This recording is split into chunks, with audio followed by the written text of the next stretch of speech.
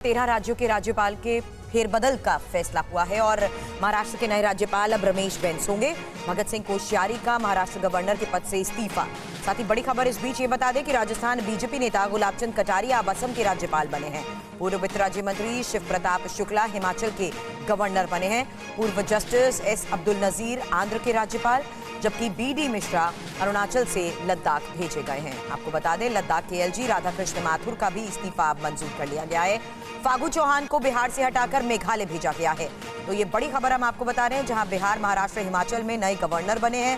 13 राज्यों के राज्यपालों के फेरबदल को लेकर इस वक्त ये सबसे बड़ी खबर आपको बता रहे हैं, जहां 13 राज्यों के राज्यपाल के फेरबदल को लेकर किस लिहाज से लिए गए हैं बड़े फैसले। जानकारी के साथ जुड़ चुके हैं आनंद प्रकाश पांडे। आनंद, क्या डिटेल इस बारे में?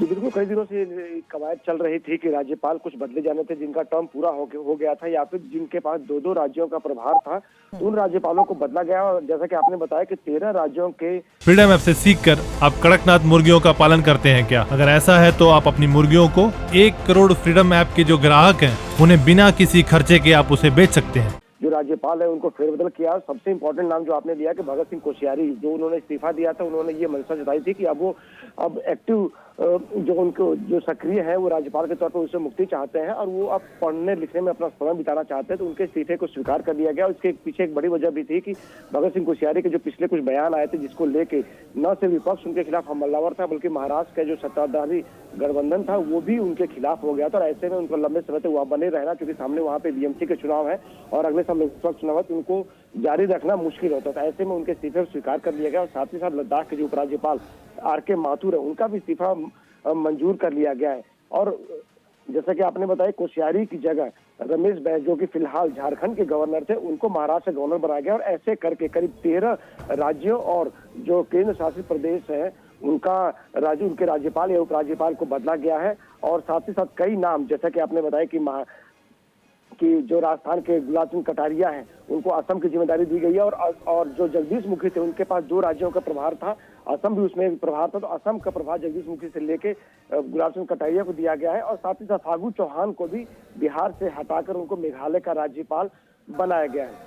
जी, लेकिन इस बीच कौन कौन से ऐसे आपको आनंद चौंकाने वाले नाम नजर आ रहे हैं जहां बड़े फेरबदल आप इसमें देख रहे हैं? क्योंकि मुख्य तौर पर बड़ी बात आपने कही, जिनके पास 2 स्टेट्स को लेकर जिम्मेदारी थी, उसके तहत तो महत्वपूर्ण फैसले हुए हैं, लेकिन इन फैसलों को जिस लिहाज से लिया गया है, इसको किस लिहाज से आप एनालाइज कर पा रहे हैं?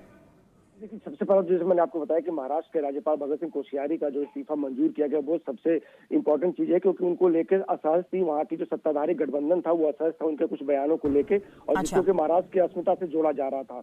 इसके साथ साथ हम लद्दाख की अगर हम बात करें, तो लद्दाख में पिछले कुछ समय से आपने देखा होगा कि जिस तरह से एलजी को लेके वहाँ पे गुस्सा लोगों में था और कुछ ऐसी नीतियां, कुछ ऐसे फैसले थे जिसको लेकर लोग असहज थे, तो ऐसे में उन्होंने भी अपने इस्तीफे की पेशकश की थी, तो उनके इस्तीफे को स्वीकार कर लिया गया। और शिव प्रताप शुक्ला, जो कि यूपी से आते हैं और केंद्र में वित्त राज्य मंत्री रह चुके हैं, तो उनका भी राज्यसभा का कार्यकाल खत्म हो गया था, तो उनको हिमाचल का प्रभार दिया गया। और राजस्थान में इस साल के आखिर में चुनाव होने जा रहे हैं, तो वहाँ जो गुलाबचंद कटारिया, उनको अब राजस्थान से बाहर निकालकर उनको असम का राज्यपाल बनाया गया। और साथ ही साथ जो अब्दुल नजीर आंध्र प्रदेश का राज्यपाल बनाया गया। तो ये कुछ ऐसी कवायद है जिसके जरिए जो बीजेपी के जो नेता रहे हैं या फिर जो पूर्व जस्टिस रहे हैं, उनको अब जिम्मेदारी दी गई राज्यपालों की। और इनसे अब ये उम्मीद की जा रही है कि जो वहाँ की जो कानून व्यवस्था उस पर नजर बना कर रखे, जो संवैधानिक दायित्व है उसका राज्य सरकार निर्वहन कर रही है, उसको भी देखें। और साथ ही साथ जो